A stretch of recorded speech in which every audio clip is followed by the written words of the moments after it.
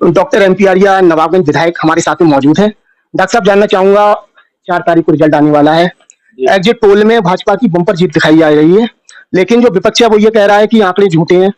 क्या कहेंगे आप? देखिए, विपक्ष तो कुछ भी कहता है।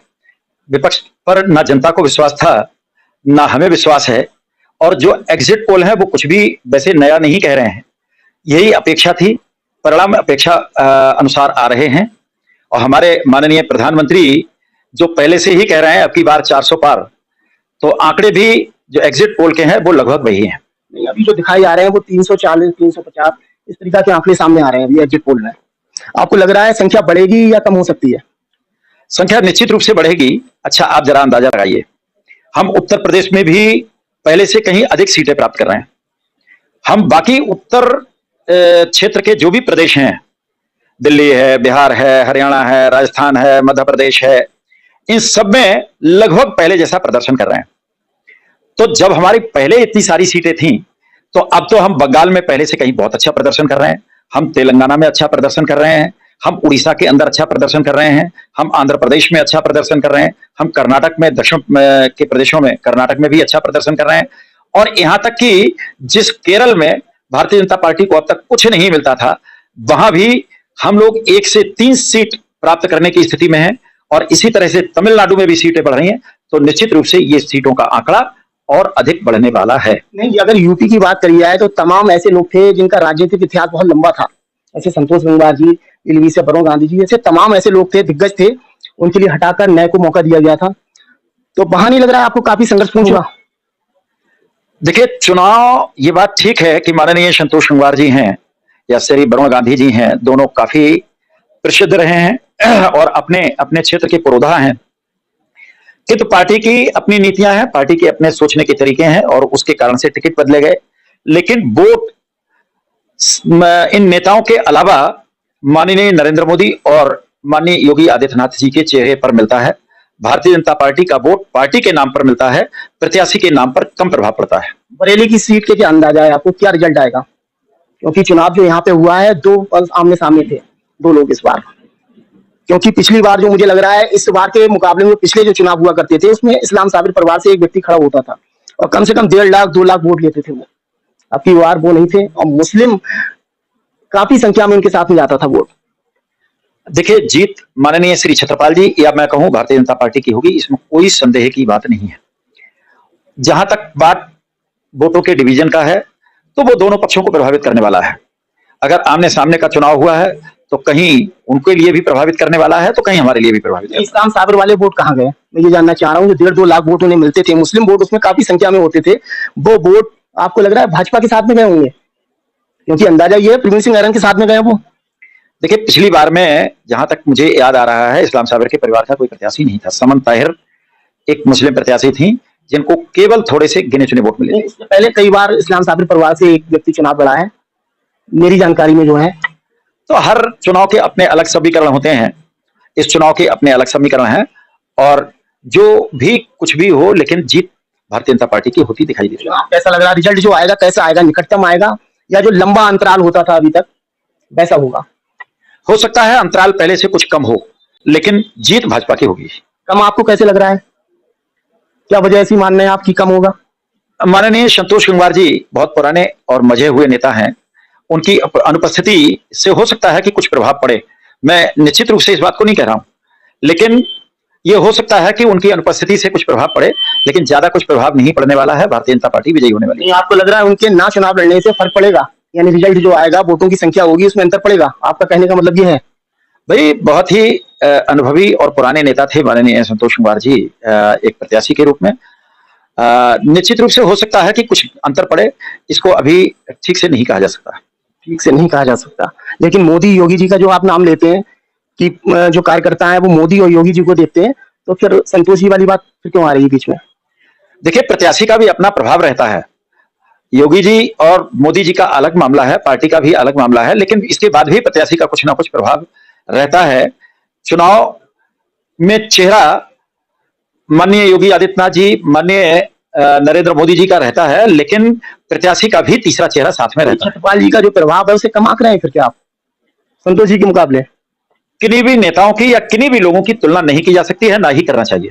अच्छा डॉक्टर साहब, इसके अलावा मैं स्थानीय जो मुद्दे हैं उसको लेकर आपसे बात करना चाह रहा हूँ। नवाबगंज नगर से जो लगा हुआ है प्रकाश नगर लगता है, एक मोहल्ला कहा जाए या इन नगर, इन जो ग्राम पंचायत है उसका एरिया मान लें, तो वहां पर घोर अंधेरा है, बिजली की व्यवस्था नहीं है, करीब 40-50 मकान वहां पे बने हुए हैं, लोग परेशान हैं। और आप इतने जागरूक यहाँ के विधायक हैं नवाबगंज विधानसभा के, ये समस्या हल क्यों नहीं हो पा रही है? देखिए, इसका एस्टीमेट मैंने बनवाया है बिजली विभाग से और पूरी एस्टीमेट वगैरह बन चुका है, व्यवस्था पूरी हो चुकी है, आचार संहिता के कारण से वो लागू नहीं हुई है और शीघ्र ही वहां विद्युतीकरण का काम होगा। डॉक्टर साहब, जब आप विधायक बने तो आपकी जो योजना थी उसमें नवाबगंज का जो रोडवेज है ये सबसे आगे नंबर पे रखा था आपने, कि मैं विधायक बनूंगा तो सबसे पहले जो नवाबगंज का रोडवेज है इसकी व्यवस्था सुधारूंगा या दूसरी जगह ले जाऊंगा, इसी को मैं फिर से चालू करवाऊंगा। ना तो दूसरी जगह कहीं अभी तक कुछ हो पाया, ना वो चालू हो पाया। 2 साल मुझे लग रहा है, 2-2.5 साल आपके समय हो भी चुका है और प्रयास भी आप कर रहे हैं, तो प्रयास का रिजल्ट क्या आ रहा है सामने? देखिए, ऐसा है कि पुराना रोडवेज स्टेशन तो निष्प्रयोज्य घोषित किया जा चुका है, उसे पुनः चालू कराना असंभव है। मेरी बात हो चुकी है विभाग में भी, हर जगह माननीय मंत्री जी से भी। और नए रोडवेज की जहां तक बात है तो एसडीएम कोर्ट के सामने की जगह को मैंने चिन्हित कराया था और उसके लिए विभाग में फाइल चल रही है, लेकिन कुछ स्थानीय अधिकारियों द्वारा बहुत ज्यादा रुचि न लेने के कारण अभी फाइल की गति अच्छी नहीं है। डॉक्टर साहब, इसके अलावा जो नवाबगंज विधानसभा के जो गौ सेवक हैं, जो गौवंश की सेवा करते हैं, उनकी एक मांग रहती है, गौशाला नहीं है, गौशाला की वो मांग करते रहते हैं कि नवाबगंज में कोई गौशाला नहीं है, तो इसको लेकर क्या कहेंगे? क्या गौशाला होनी चाहिए नवाबगंज नगर में? देखिए, गौशालाएं जो हैं वो सरकारी जमीन पर बनाई जाती हैं, या तो ग्राम समाज की जगह हो या नगर पालिका की जगह हो, नगर पंचायत की जगह हो। जब भी कोई ऐसी जगह अगर चिन्हित होगी तो वहां पर गौशाला बनाई जाएगी। इस बार तो 2 ग्राम पंचायत नगर में जुड़ गई है, तो मुझे लग रहा है ग्राम समाज की जगह तो होनी चाहिए। थोड़ा सा इस पे ध्यान दे लें आप, क्योंकि बड़ी लंबे समय से ये मांग चल रही है, क्योंकि यहाँ पे जो गौवंश है उनके हालात बहुत खराब है। व्यवस्थाएं लोग अपने पास से खर्च कर करके उनकी व्यवस्थाएं सुधारने का प्रयास कर रहे हैं, लेकिन स्थायी जो समाधान होना चाहिए वो नहीं हो पाया है अभी तक। नगर क्षेत्र में मैं बात करके देखूंगा, अगर कोई इस तरह की जगह संभव है तो गौशाला बनवाने का काम होगा। और गौवंश को संरक्षण के लिए हम लोग लगातार प्रयासरत हैं, क्षेत्र में भी कई सारी नई गौशालाएं बन रही हैं और मैं निश्चित रूप से कह सकता हूं कि थोड़े दिन में ही ये व्यवस्थाएं सही हो जाएंगी। सर, नवाबगंज में मुझे लग रहा है आपके घर के कुछ दूरी पे चेतराम पार्क, उसका सौंदर्यीकरण हो चल रहा है नगर पालिका नवाबगंज द्वारा। इस दौरान नवाबगंज के एक व्यापारी नेता है प्रेम प्रकाश रस्तोगी, उन्होंने शिकायत करी है कि मैं ठाकुर जी महाराज समिति का मैं प्रबंधक हूँ और ये जो जमीन आ रही है वो ठाकुर जी महाराज की है, इसलिए इस निर्माण कार्य को रोका जाए। लेकिन नगर पालिका जो कार्य करा रही है वो जनहित में कार्य करा रही है। अगर पार्क बनना है तो वो जनहित में होगा, सभी के लिए होगा। तो आप क्या सोच रहे हैं, किसकी बात में दम है और क्या होना चाहिए? चेतराम पार्क तो लंबे समय से बन रहा है, मुझे इसके लीगल प्रोसीडिंग्स की जानकारी नहीं है कि वास्तव में लैंड नगर पालिका की है या किसी और की है। और चेतराम पार्क की चर्चा तो पिछले कई साल से चल रही है, निर्माण भी मैं समझता हूँ शायद लगभग 2-3 साल पहले से चल रहा है। क्या होना चाहिए, आपको क्या लग रहा है? क्योंकि इसमें शिकायत करी गई है, इसमें मुझे लग रहा है तहसीलदार ने अपनी रिपोर्ट भी दी है और जन सुनवाई पोर्टल पे भी रस्तोगी जी ने शिकायत करी है, उधर नगर पालिका अपना पक्ष रख रही है, काम चल रहा है। तो जनहित के हिसाब से मुझे लग रहा है, आपको क्या लग रहा है कहां तक ये ठीक है? क्या पार्क ही बनना चाहिए या कुछ और होना चाहिए उसमें?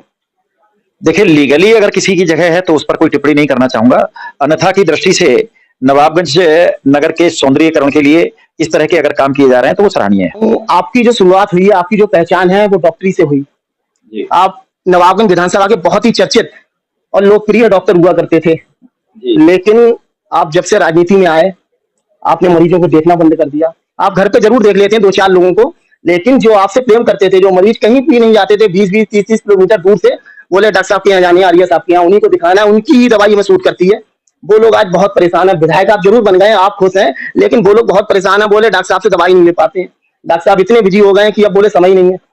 तो आपको नहीं लग रहा है जिस चीज से आपकी पहचान बनी है, पहचान आपकी डॉक्टरी से बनी है, आप डॉक्टर रहे, इतने लोकप्रिय रहे, इतने लंबे समय से आपका कार्यकाल रहा डॉक्टरी का अभी तक, उसके बाद में आप राजनीति में आए, आप विधायक बन गए, लेकिन जो आपका पुराना पेशा है, जो आपसे प्रेम करते हैं जो लोग, वो हताश है, उनके लिए क्या कहेंगे?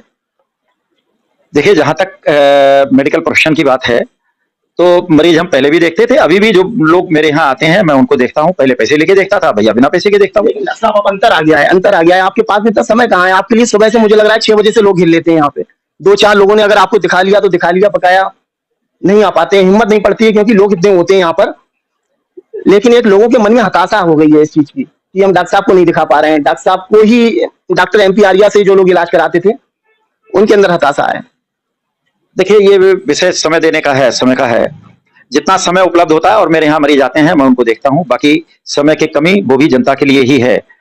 कोई मैं व्यक्तिगत अब कामों में समय नहीं निकालता हूँ। नहीं, स्वास्थ्य जरूरी है और काम जरूरी है लोगों की। मैं अगर तुलना की जाए, आप किस चीज को पहले पायदान पर रखेंगे, लोगों का स्वास्थ्य या लोगों के और जो कार्य हैं?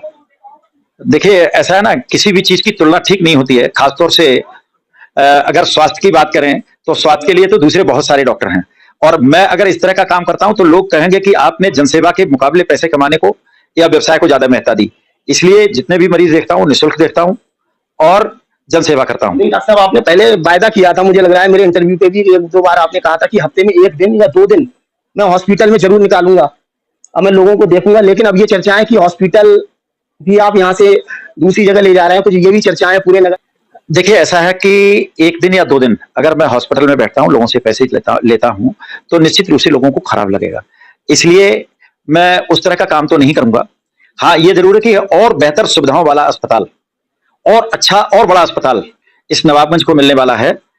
ज्यादा सुविधाओं वाला अस्पताल लोगों को मिलने वाला है, और उसमें बहुत सारी ऐसी सुविधाएं जन सेवा के हिसाब से मिलेंगी, जिससे लोगों को लगेगा कि हाँ, एक अच्छी सुविधा मेडिकल फैसिलिटी नवाबगंज के अंदर है। कहाँ कहाँ हो सकता है? वहीं मेरे ट्रस्ट का जो की जगह है, वहीं जो आर्या इंस्टीट्यूट है जो आपका, वहीं पर ये नवाबगंज का जो आर्या हॉस्पिटल है, ये वहीं पर चला जाएगा? जी, निश्चित रूप से। कब तक हो जाएगा ये?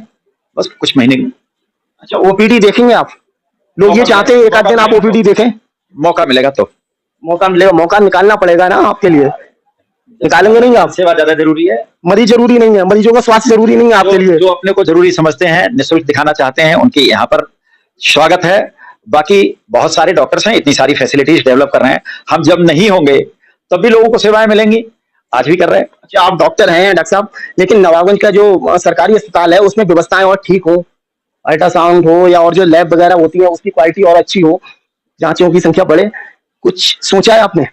नहीं, बराबर सुविधाएं बढ़ भी रही हैं। हमने मांग की थी तो अल्ट्रासाउंड भी यहाँ शुरू हो गया है। यहाँ पर ऑपरेशन नहीं होते थे पहले, वो भी शुरू हो गए हैं। कई सारी चीजों के सुधार का काम चल रहा है। हम तो इस हॉस्पिटल के लिए कुछ और बेहतर करने के लिए मांग कर रहे हैं। देखते हैं कहां तक परवान चढ़ती। आगे और क्या सोचा है आपने? आप अपने समय में, आपका जो कार्यकाल रह गया इस समय में, कुछ ऐसे काम कर लें जो ऐतिहासिक कार्य बन जाए, बोले लंबे समय तक याद रखें, बोले साहब वो डॉक्टर एमपी आर्य विधायक थे, उन्होंने ये काम करा दिया, कुछ ऐतिहासिक कार्य हो जाए, वो प्लान है दिमाग में कुछ? देखिए, निश्चित रूप से जो प्लान है वो मैं आपको बाद में कभी डिक्टेट करूंगा, क्योंकि नहीं कह पाए तो आप ही कहेंगे साहब आपने उस इंटरव्यू में ये चीज बताई थी। लेकिन कुछ ना कुछ निश्चित रूप से ऐसा होने वाला है जो यहाँ उदाहरण के रूप में रहेगा। कौन से विभाग में थोड़ा सा बता दें, लोग समझ जाएं कुछ। अभी कुछ नहीं बताएंगे आप। अच्छा, आपने लाइब्रेरी की बात करी थी कि लोग वहां पे उसकी सुविधाएं लेंगे, लेकिन लाइब्रेरी कब से शुरुआत होगी उसकी? लाइब्रेरी का भी बहुत जल्दी आपको परिणाम आता दिखाई देगा। आ जाएगा? नवाबगंज में ही बनेगी? नवाबगंज में ही बनेगी। डॉक्टर साहब, उद्योग के लिए क्या कहेंगे? नवाबगंज में कोई उद्योग नहीं है। नवाबगंज विधानसभा में लंबे समय से, मैं आपके बारे में नहीं कह रहा हूँ, आपसे पहले भी तमाम विधायक रह चुके हैं, लेकिन नवाबगंज में कोई ऐसा उद्योग नहीं लग पाया है कि नवाबगंज के लोग जो बेरोजगार हैं इस विधानसभा के, बोले रुद्रपुर चल रहे हैं, दिल्ली चल रहे हैं, मारे मारे बेचारे घूमते हैं, अपनी विधानसभा में कोई ऐसा उद्योग लग जाए कि यहीं पर काम करें, अपना गुजारा बसर करें, घर पहुंच जाएं, काम करें, फिर घर। कुछ योजना में है ऐसा कुछ? देखिए, बहुत सारे लोगों से मैं बात कर रहा हूँ और एक आध लोग आते हुए नजर भी आ रहे थे, लेकिन फिलहाल शायद उनका काम स्थगित हो गया है। एक रिलायंस का प्रोजेक्ट आ रहा था, उसमें कहां तक प्रगति हुई है मुझे पता नहीं है। मैं विभाग से बात करके तब बताऊंगा। इसके अलावा कई सारे लोगों से हमने बात की थी, लेकिन यहाँ पर जमीन की अवेलेबिलिटी एक बड़ी समस्या आ जाती है। नवाबगंज क्षेत्र की जमीनें उद्योगों के हिसाब से नहीं मिल पा रही हैं। नहीं, कृषि की जो जमीन यहाँ पे पड़ी हुई है कृषि विभाग की, उसमें कृषि महाविद्यालय खुलने की बात पहले आती थी, कुछ होगा काम उसमें क्या, ऐसी पड़ी रहेगी वो जगह? देखिए, उस मामले में मैं माननीय मुख्यमंत्री जी से बात कर चुका हूं, लेकिन वो चूंकि एक सीड प्रोडक्शन सेंटर है, इसलिए वहां पर परिवर्तन की स्थिति नहीं बन पा रही है। नहीं बन पाएगी वहां पे। आगे कुछ प्लान थोड़ा सा बता दें, जो यहाँ की आपकी विधानसभा के लोग हैं। आखिरी इंटरव्यू थोड़ी है, बार बार बात होती रहेगी, आगे बताते रहेंगे। आगे बताएंगे आप।